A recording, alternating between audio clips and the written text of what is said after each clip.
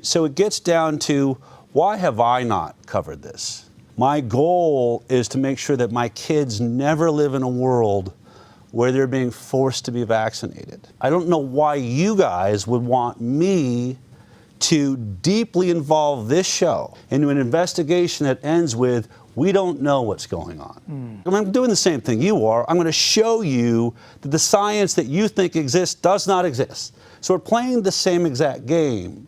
But what I believe is slightly different with the game that I'm obsessed with is that I don't believe that by saying there's never been a placebo-based trial of any of the childhood vaccines, and I've proven that, that proves that vaccines are dangerous. It doesn't. What it proves is you can't say that they're safe. Agree.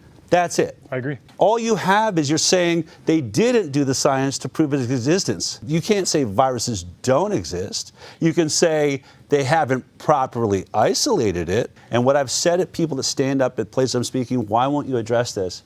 Because what this does is changes the entire conversation completely.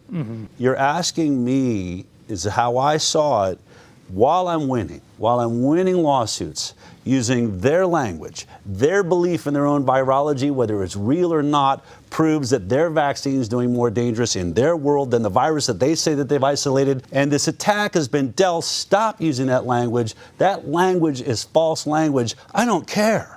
It's their language in their sport that I learned how to play, and I'm winning, and I do not feel like turning it to Chinese, shuffleboard, especially if your answer to them, you explain how it's working, and you say, I don't have a theory of my own. I'm sorry, that doesn't win lawsuits. That doesn't get us into politics. I am guided by a mission to do what I'm doing. I fully accept that we may someday recognize this virus has never existed. But I don't believe you've proven that to me today. I think the number one rule in a courtroom is never ask a question you don't know the answer to. That is where this conversation's at. It's a lot of questions that we don't have the answers to. Super interesting, super fascinating. I can tell you're as passionate about that investigation of the fraud around virology as I am around the fraud around vaccines.